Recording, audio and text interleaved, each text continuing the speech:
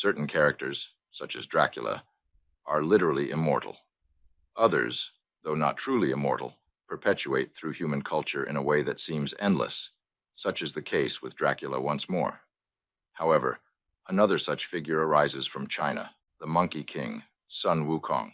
His presence is not confined to his original literary form, but extends to television series like Monkey and films such as The Monkey King. Video games, too, have embraced him, as seen in Black Myth, WuKong. Except for that pig. You're the one who talks the tallest tales. Good. I am entertained. These are just the direct adaptations. Indirectly, he has influenced virtually all anime, whether by design or otherwise. Among the most popular anime franchises is Dragon Ball Z, or more accurately, the entire Dragon Ball series. Modern Dragon Ball has evolved far beyond its early days, yet the foundational arc, referred to as the Pilaf Saga, remains critical. But even this foundation traces back to a greater source, a literary work, Journey to the West. This novel, one of China's 4 great classical novels, has profoundly shaped the Dragon Ball series, especially its early narrative. Initially, the Pilaf Saga was, in essence, a parody of Journey to the West. However, the series quickly expanded, though the influence of the novel remains evident. Here are several aspects in which Dragon Ball draws inspiration from Journey to the West. The most apparent influence is seen in the character of Goku himself. In the original concept art, one can clearly observe how much Goku resembled a monkey, far beyond just the tail that he eventually retained. Additionally, his staff, known as the Power Pole, is another direct homage to this classic work. In the original Dragon Ball series, Goku wielded a magical red pole that could extend infinitely at his command, which he used both as a weapon and a tool to navigate difficult terrain. Similarly, in Journey to the West, Sun WuKong, the Monkey King, possessed a magical staff capable of shifting in size, and he used it in much the same manner. Sun WuKong also serves as the origin for Goku's name. Most notably, both names begin with Sun, and Goku itself is a translation of Wukong. In Journey to the West, Wukong's title is the Great Sage, equal to heaven. While Goku doesn't have an official title, at the end of the original Dragon Ball, he was offered the position of Kami, which means God. Essentially, this indicates that the current god acknowledged Goku as his equal or superior, reminiscent of Wukong's title. Goku, you've proven yourself worthy. In fact, I'd like to offer you my job. Me? Are you serious? I have the utmost confidence in you. It could be your greatest adventure. No, I couldn't. I appreciate your confidence in my abilities, but that's not the adventure I'm looking for. It's your job. Keep it. Don't be hasty. Think of all the good you could do with that power. You are the only one I could trust to succeed me. What do you say? The similarities between the two characters extend beyond their physical appearances and names. They share many personality traits as well. Although Goku's personality has evolved throughout the series, the original Dragon Ball Goku was closely modeled after Wukong. Both characters are impulsive, exceptionally strong, fond of mischief, possess enormous appetites, and live in lush environments filled with cliffs, waterfalls, and dense vegetation. Not to mention, both characters fly on a cloud. What's wrong? Did I make you cry?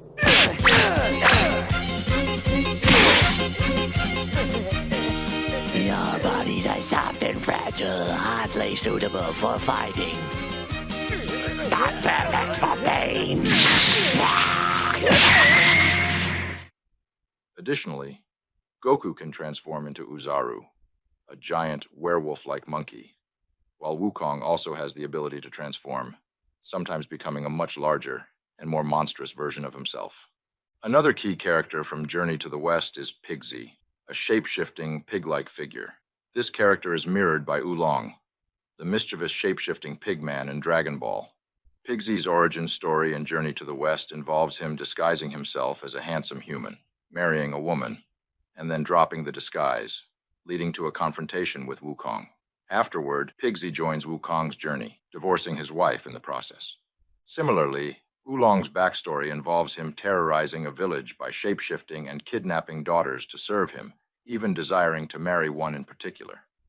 When Goku confronts him, it is revealed that the kidnapped daughters were more trouble than they were worth, and Oolong joins the quest for the Dragon Balls. Both characters are, in many ways, the most ineffective members of their respective groups, often causing more problems than they solve. They tend to rely on WuKong or Goku to handle the challenges they face, and they both exhibit a tendency to give up easily and prefer to return to their previous lives.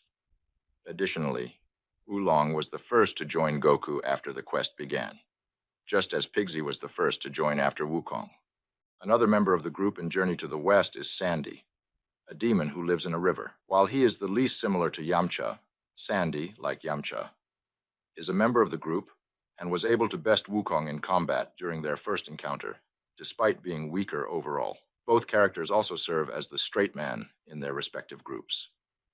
The final member of the group in Dragon Ball is Puar, whose connection to Journey to the West is perhaps the loosest. In the novel, the final member of the party is a dragon that usually shapeshifts into a horse. Both Puar and this dragon possess shapeshifting abilities, but beyond that, the similarities are minimal. However, both characters are relatively forgettable and receive little screen time, suggesting a possible parallel. The similarities between Dragon Ball and Journey to the West extend beyond physical design. The plot of the first saga of Dragon Ball, the Pilaf saga, closely mirrors the storyline of Journey to the West. In the latter, the Buddhist monk Tripitaka embarks on a journey to the West to retrieve the Tripitaka scrolls from the Buddha and, by the end, achieves enlightenment. However, Tripitaka is rather helpless and requires the protection of guards like WuKong to succeed, as he is frequently kidnapped by demons and monsters who wish to consume him to gain immortality. Similarly, in the first arc of Dragon Ball, Bulma, who is somewhat helpless, embarks on a quest to find the Dragon Balls to achieve her own goal. She too acquires protectors like Goku and is regularly kidnapped, sometimes for her Dragon Balls and sometimes simply to be eaten. The overarching parallels between the two stories are evident. The Tripitaka scrolls in Journey to the West are analogous to the Dragon Balls in Dragon Ball. By the end of the journey, the characters achieve a form of enlightenment, not necessarily in the Buddhist sense, but in that they conquer their previous character flaws. Bulma becomes less vain. Yamcha overcomes his fear of women. Oolong becomes less self-serving, and Goku becomes more worldly. Thus, the first saga of Dragon Ball clearly parallels the broad strokes of Journey to the West, including characters like Pilaf, who broadly represents the villains in Journey to the West, reflected in his generic gremlin-like design. While the specific plot of each episode does not correspond one-to-one with a chapter from Journey to the West, it does contain numerous nods to the classic tale. Early in the series, when transporting Turtle to the ocean, Goku and his companions encounter a giant cat-like creature that wants to eat Turtle. Similarly, early in Journey to the West, the group encounters a tiger demon that removes its own skin and attempts to eat Tripitaka, only to be defeated by WuKong, just as Goku easily defeats the cat enemy. After Bulma acquires Oolong, she gives him a yellow pill that functions like a laxative, allowing her to control him whenever she desires. This parallels how Tripitaka gives WuKong a golden ring that goes on his head and causes extreme pain whenever Tripitaka wishes, allowing him to control WuKong. Shortly thereafter, they encounter Yamcha. Goku fights Yamcha, while Bulma and Oolong hang back, similar to how the encounter with Sandy unfolds before he joins the group in Journey to the West. Although Yamcha does not join the group immediately, he stalks them and becomes an unofficial member. After the encounter with Yamcha, the group arrives at Fire Mountain, a mountain perpetually engulfed in flames and ruled by the Ox King. To extinguish the flames, Goku is sent to obtain a palm leaf fan from Master Roshi that can quell the fire with 3 waves, but Roshi has lost it, so he attempts to extinguish the fire himself, ultimately destroying the mountain. Wait, I've heard of this technique. Right now he's gathering all of the latent energy in his body. Then he's going to release it all at once. but I've never seen it in action before.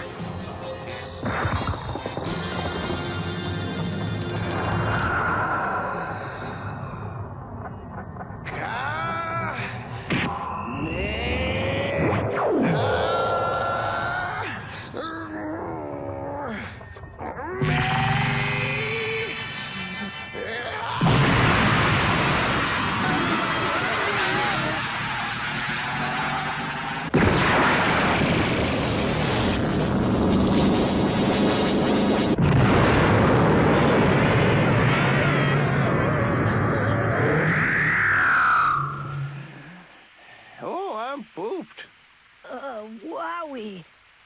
Master, look, the fire. It's out, but you kinda... Spit it out. Well, the mountain and my castle. Hey, not bad for an old man. I'm not as rusty as I thought. In Journey to the West, the group encounters a similar perpetually burning mountain, and to extinguish it, they must obtain a palm leaf fan from a demon that, when waved 3 times, put out the fire and summon a storm. This escalates into a full-scale battle against the Bull Demon King, which concludes with WuKong defeating the demon. The stories are clearly related, with the main difference being that the fight between the Ox King and Goku is minor and ends amicably, and the mountain is destroyed in the process. Goku also encounters the Ox King's daughter, Chi-Chi, who falls in love with him and later attempts to marry him, although he leaves before anything substantial occurs. Chi-Chi is instrumental in acquiring the palm leaf fan to extinguish the fire. In Journey to the West, the palm leaf fan is guarded by Rakshasa, the wife of the Bull Demon King, also known as Princess Iron Fan. While they differ significantly, both characters are related to the Bull Demon King and play important roles in obtaining the palm leaf fan. The next episode of Dragon Ball is the famous Rabbit episode, which ends with Goku sending the Rabbit Boss to the moon, where he makes rabbit cakes. This occurs after a brief fight with the Rabbit Boss. In Chinese mythology, there is a rabbit on the moon that makes cakes with a mortar and pestle. In Journey to the West, this moon rabbit descends to Earth to kidnap the Princess of India, along with Tripitaka, intending to marry him and absorb his power. WuKong stops this plan through combat, before sending the rabbit back to the moon. After this bit of hijinks, the saga nears its conclusion. While the final episodes do not have direct one-to-one parallels with Journey to the West, the general themes are consistent. The gang is captured by Pilaf, and Goku ultimately breaks them out by transforming into Uzaru, echoing the recurring theme in Journey to the West, where Tripitaka and the group are frequently kidnapped, only to be rescued, often with the help of heavenly forces, including dragons. As previously mentioned, all the main characters in Dragon Ball reach their own form of enlightenment, much like the characters in Journey to the West. For example, Yamcha overcomes his fear of women. These moments of personal growth are not directly caused by the Dragon Balls themselves, but rather by the journey they undertake. Similarly, in Journey to the West, the scrolls the group seeks do not provide enlightenment. Instead, it is the journey itself that leads to their growth. After the Pilaf saga, Dragon Ball evolves into its own unique story, though remnants of Journey to the West's influence remain, such as Goku's dismantling of the Red Ribbon Army, which parallels WuKong's rampage through heaven. Beyond the main characters and broad story arcs, there are many other connections between Dragon Ball and Journey to the West. For instance, Master Roshi is likely inspired by Puti Zushi, the Taoist master who taught WuKong how to shapeshift, attain immortality, fly on a cloud, and learn martial arts. Similarly, Master Roshi teaches Goku how to use the Kamehameha and gives him the flying Nimbus, enabling him to fly great distances at high speed. Roshi is also over 300 years old and has some form of immortality, hinted at in Dragon Ball when Turtle mentions that Roshi drank from the Fountain of Youth. Another character with ties to Journey to the West is Tien Shinhan, a martial artist with 3 eyes who can mutate his body to grow additional arms and use the multiform technique. He is one of the few characters in the original Dragon Ball to have bested Goku, defeating him in the 22nd Tenkaichi Budokai after a closely fought battle. In Journey to the West, one of the only gods to best Wukong is Erlang Shen, who also has 3 eyes and is a skilled martial artist. Like Tien, Erlang Shen is considered unpredictable and brutal, much like Tien's often harsh and excessive fighting style. The Ox King in Dragon Ball is almost certainly a counterpart to the Bull Demon King from Journey to the West. Both characters are massive, and their names reflect the similarities between an ox and a bull. Additionally, both are kings, with the Ox King wearing a horned helmet, similar to the Bull Demon King's physical horns. Wukong considers the Demon Kings his brothers at one point, just as the Ox King becomes Goku's father-in-law after Goku marries his daughter, Chi-Chi. Broly, in his original appearance, also mirrors Wukong. Both are exceedingly powerful, but are controlled by golden apparel that prevents them from going on rampages. In Broly's case, it is a golden device controlled by his father, while Wukong is controlled by a golden circle around his head, which Tripitaka can use to inflict extreme pain as a means of control. Korin, the wise cat who lives atop Korin Tower, might be inspired by the Buddha in Journey to the West. When Tripitaka and his companions finally reach the Buddha, they find that the scrolls are blank, revealing that the true enlightenment came from the journey itself. Similarly, when Goku tries to drink the divine water guarded by Korin to gain strength, he discovers that it is just normal water. The true strength came from the training he underwent to obtain it.